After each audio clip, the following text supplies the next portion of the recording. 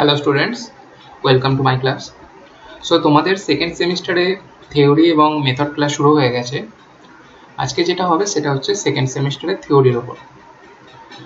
আজকে course 9-এর second half নিয়ে একটু আলোচনা করব। কোর্স 9-এর যে বিষয়টা সেটা হচ্ছে অ্যাসেসমেন্ট ফর লার্নিং, অর্থাৎ শিক্ষণের মূল্যায়ন। এখন এটার মধ্যে দুটো হাফ রয়েছে, ফার্স্ট হাফ এবং সেকেন্ড হাফ। সেকেন্ড হাফে যেটা রয়েছে সেটা হচ্ছে assessment of the learning system, অর্থাৎ শিক্ষণ ব্যবস্থার অ্যাসেসমেন্ট। তো তোমাদের সেকেন্ড হাফে কি কি কন্টেন্ট রয়েছে সেটা নিয়ে এই ভিডিওতে আজকে আলোচনা করব। তোমাদের টোটাল 5টা ইউনিট রয়েছে সেকেন্ড হাফে। সো ফার্স্ট ইউনিট যেটা আছে সেটা হচ্ছে ইনফ্রাস্ট্রাকচারাল ফেসিলিটিস, অর্থাৎ পরিকাঠামোগত সুবিধা। তো এর মধ্যে যেগুলো তোমাদেরকে পড়তে হবে সেটা হচ্ছে রুমস বা কক্ষ। তো একটা স্কুলের ইনফ্রাস্ট্রাকচারাল ফেসিলিটিস কী কী সেটাই আমরা জানবো এখানে। তো ফার্স্ট এটা রয়েছে রুমস, অর্থাৎ স্কুলের রুমসগুলো কেমন হবে। Then types and number of rooms, অর্থাৎ বিদ্যালয়ের যে বিভিন্ন প্রকারের কক্ষ বা যেটা রুম বলি আমরা, এবং প্রয়োজনীয় যে রুমগুলো রয়েছে তার প্রত্যাশিত সংখ্যা। তো কত ধরনের রুম হয় এবং কটা রুমের প্রয়োজন আছে। ক্লাসরুম ফার্নিচার, অর্থাৎ শ্রেণীকক্ষের জন্য প্রয়োজনীয় আসবাবপত্র। স্যানিটেশন ফেসিলিটি, শৌচালয়ের ব্যবস্থাপনা।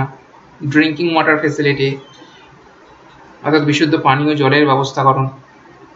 প্লেগ্রাউন্ড, যে খেলার মাঠ, এবং লাইব্রেরি মানে গ্রন্থাগার। লাইব্রেরি কি, লাইব্রেরির রোল ইন এডুকেশন, কি ভূমিকা পালন করছে, কি উদ্দেশ্য, এগুলো আমাদেরকে ফার্স্ট ইউনিটে পড়তে হবে। এরপর আছে সেকেন্ড ইউনিট। সেকেন্ড ইউনিটের নাম হচ্ছে হিউম্যান রিসোর্স বা মানব সম্পদ। মানব সম্পদের টোটাল 4টে সাব ইউনিট আছে। ফার্স্ট যেটা আছে teaching staff, full time, part time and para teacher, অর্থাৎ শিক্ষক কর্মচারীবৃন্দ। বিভিন্ন ধরনের শিক্ষক কর্মচারীবৃন্দ থাকে একটা বিদ্যালয়ে। পূর্ণ সময়ের শিক্ষকবৃন্দ, আংশিক সময়ের শিক্ষকবৃন্দ এবং পার্শ্ব শিক্ষকবৃন্দ। তো সেগুলো নিয়ে ফার্স্ট সাব ইউনিটে আমরা আলোচনা করব। সেকেন্ড রয়েছে নন টিচিং স্টাফ, অর্থাৎ অশিক্ষক কর্মচারীবৃন্দ যারা থাকে বিদ্যালয়, এবং তাদের যে স্টাফ প্যাটার্ন যেটা থাকে, অর্থাৎ যেটাকে কর্মীবৃন্দের সংজ্ঞা পদ্ধতি বলে, স্টাফ প্যাটার্ন, সেটা আছে সেকেন্ড সাব ইউনিটে। থার্ড আছে SC ST OBC students and students with special needs, অর্থাৎ এসসি এসটি ওবিসি যারা ব্যাকওয়ার্ড ক্লাসের স্টুডেন্টস রয়েছে তারা কী ধরনের ফেসিলিটিস পাচ্ছে বা তাদের কী ধরনের ফেসিলিটিস পাওয়া উচিত, এবং স্টুডেন্টস উইথ স্পেশাল নিডস অর্থাৎ বিশেষ চাহিদা সম্পন্ন ছাত্রছাত্রীদের কেমন সুযোগ সুবিধা পাওয়া উচিত, সেটা নিয়ে থার্ড সাব ইউনিটে আমাদেরকে পড়তে হবে। ফোর্থ সাব ইউনিট হচ্ছে টিচার স্টুডেন্ট রেশিও। একটা ক্লাসরুমের টিচার স্টুডেন্ট রেশিও কী হওয়া উচিত সেটা এখানে আমরা জানতে পারবো।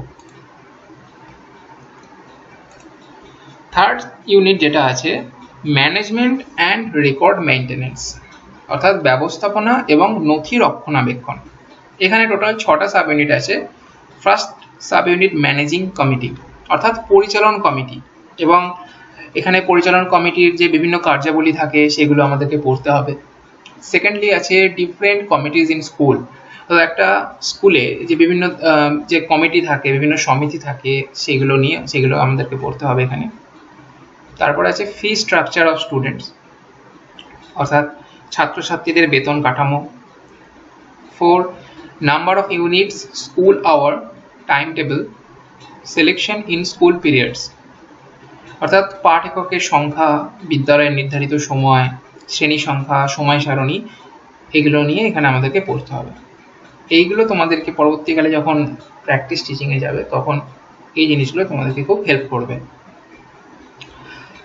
তারপরে দেখো students participation and students self government, অর্থাৎ শিক্ষার্থীদের অংশগ্রহণ এবং শিক্ষার্থীদের স্বশাসিত সরকার। এইটা খুব ইম্পর্টেন্ট। এটা fifth sub unit. And sixth record maintenance, অর্থাৎ নথি ব্যবস্থাপনা। এখানে কিছু কিছু জিনিস আছে, যেমন বিদ্যালয়ের হিসাব সংক্রান্ত নথিপত্র, কর্মী সংক্রান্ত নথিপত্র, পাঠ্যক্রম এবং পাঠ্যসূচি সংক্রান্ত নথি, বিদ্যালয়ের নথির গুরুত্ব, এগুলো, এবং নথির রক্ষণাবেক্ষণ অর্থাৎ মেইনটেনেন্স যেটা, সেগুলো এই সাব ইউনিটে আমাদেরকে পড়তে হবে। ফোর্থ ইউনিট যেটা আছে স্পেশাল সার্ভিস প্রোভাইডেড, এখানে এলটা মিস হয়ে গেছে। সো স্পেশাল সার্ভিস প্রোভাইডেড অর্থাৎ বিশেষ পরিষেবা প্রদান, ফোর্থ ইউনিটের নাম। এখানে ফার্স্ট যেটা আছে মিড ডে মিল স্কিম, অর্থাৎ মিড ডে মিল প্রকল্প কি সেটা পড়বো। দেন বুক ব্যাংক ফর পুয়ার স্টুডেন্টস, অর্থাৎ দরিদ্র শিক্ষার্থীদের জন্য বই ব্যাংক। থার্ড আছে টিউটোরিয়াল ফর উইকার স্টুডেন্টস, অর্থাৎ দুর্বল যে সমস্ত শিক্ষার্থীরা থাকে তাদের জন্য কোনো বিকল্প শিক্ষা কি আছে বা সহায়ক শিক্ষার ব্যবস্থা, এগুলো এখানে আমাদের পড়তে হবে। তারপরে আছে দেখো রিমেডিয়াল টিচিং, অর্থাৎ সংশোধনমূলক শিক্ষণের ব্যবস্থা। এটা খুব ইম্পর্টেন্ট, রিমেডিয়াল টিচিংটা। যখন আমরা ফোর্থ ইউনিট শুরু করবো তখন এটা আমাদেরকে খুব ভালো করে করতে হবে। ফিফথ আছে প্যারেন্ট টিচার অ্যাসোসিয়েশন, পিটিএ। তোমরা নিশ্চয়ই শুনেছো এই টার্মটা, PTA. So parent teacher association কি, তার ইম্পর্টেন্স অর্থাৎ তার গুরুত্ব কি, তার প্রয়োজনীয়তা কি, সেগুলো এখানে আমাদেরকে পড়তে হবে। দেন আছে স্টাফ ওয়েলফেয়ার সার্ভিস, অর্থাৎ কর্মী উন্নয়ন পরিষেবা। হেলথ প্রোগ্রাম, অর্থাৎ স্বাস্থ্য সংক্রান্ত কর্মসূচি। এখানে এই কর্মসূচির উপাদান কি কি, পদ্ধতি, লক্ষ্য, উদ্দেশ্য, এগুলো আমাদেরকে পড়তে হবে। 8 নম্বর হচ্ছে কন্ডাক্টিং ট্যালেন্ট সার্চ এক্সামিনেশন, অর্থাৎ মেধা অন্বেষণ পরীক্ষা পরিচালনা। অ্যান্ড লাস্ট এটা আছে প্রোভাইডিং স্কলারশিপ, বৃত্তি প্রদান। ফিফথ এবং ফাইনাল যে ইউনিটটা আছে সেটা হলো স্কুল কমিউনিটি রিলেশনশিপ, বিদ্যালয় ও সমাজের সম্পর্ক। ফার্স্ট যেটা আছে ডিসিশন মেকিং, মানে কনসেপ্ট অ্যান্ড ডেফিনেশন, অর্থাৎ যে সিদ্ধান্ত নেওয়া হয়, সিদ্ধান্ত নির্মাণ, তার ধারণা এবং সংজ্ঞা পড়তে হবে। এখানে ডিসিশন মেকিং এর ডেফিনেশন, তার পারপাস, ক্যারেক্টারিস্টিক্স, এসব কিছু পড়তে হবে। তারপর আছে কমিউনিটি কন্ট্রিবিউশন টু স্কুল, অর্থাৎ বিদ্যালয়ে শিক্ষা ব্যবস্থায় সম্প্রদায় বা গোষ্ঠী তথা সমাজের অবদান।